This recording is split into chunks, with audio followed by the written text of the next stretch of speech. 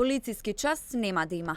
Забраната за групирање на повеќе од 4 лица на јавен простор во текот на целиот ден, која вчера ја донеса владата како и останатите рестриктивни мерки, се очекува да дадат резултат во следниот период и да го намалат притисокот врз болниците кои деновиве се засилува. За сега сметаме дека овие мерки се сосем доволни и еве ова дополнителна рестрикција во смисла на забрана за групирање и дека во следниот период ако се почитува ќе даде соодветни резултати.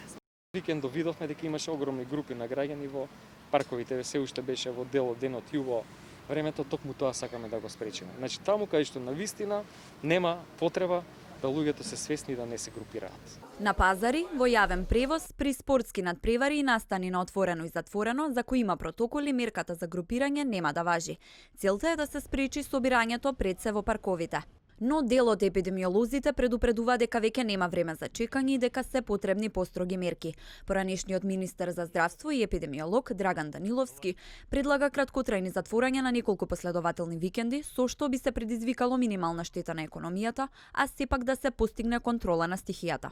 Премногу време немаме, бројките си се, да кажам, неумоливи, објективен критериум и ако се види дека се заканува пречекорување на капацитетите, дека бројките премногу растат, ќе мора да се прибегне кон уште построги мерки. Не можат да бидат долготраен локдаун, долготраен карантин од подолго време, зашто тоа ќе биде во спротивност со онаа максима, мерките да треба да предизвикаат ефект, но не смеат да предизвикаат поголема штета.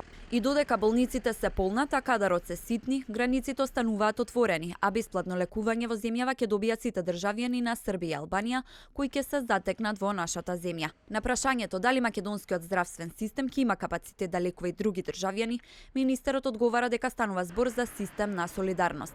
Тврди дека во болниците има уште слободни места.